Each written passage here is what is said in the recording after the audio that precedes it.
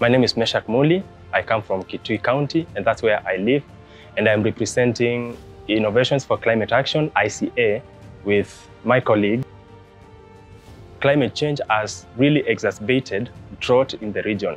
So what happens with drought is that people lose their livelihoods, mainly by loss of livestock, food insecurity becomes worse, and water shortages as well. And more importantly, something that we are now experiencing is the displacement of people from their communities to other communities.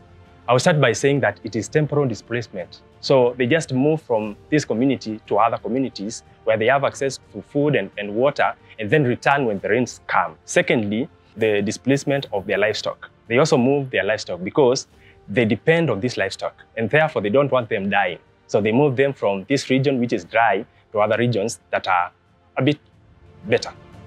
What we are noticing for the people who are left behind, mainly they are the vulnerable groups. They are the women, the elderly, and sometimes the children. There is that loss of labor, that loss of community togetherness, because some people are plucked from the communities, forced to move out.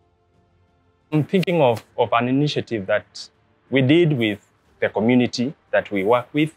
The people told us that construction of dikes across seasonal rivers helps. And therefore, we sat down with the community. We wrote down what's needed to construct a dike across a river. We needed cement, we needed rocks for the construction. And therefore, we got that budget. And then the most beautiful thing that we did with this community is that we did not provide the cement for them.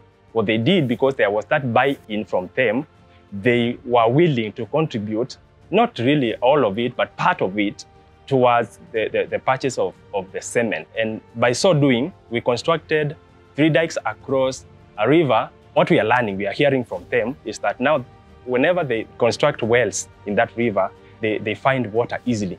So now they do not need to move out of the community in search of water, in search of pasture for their cattle and their goats.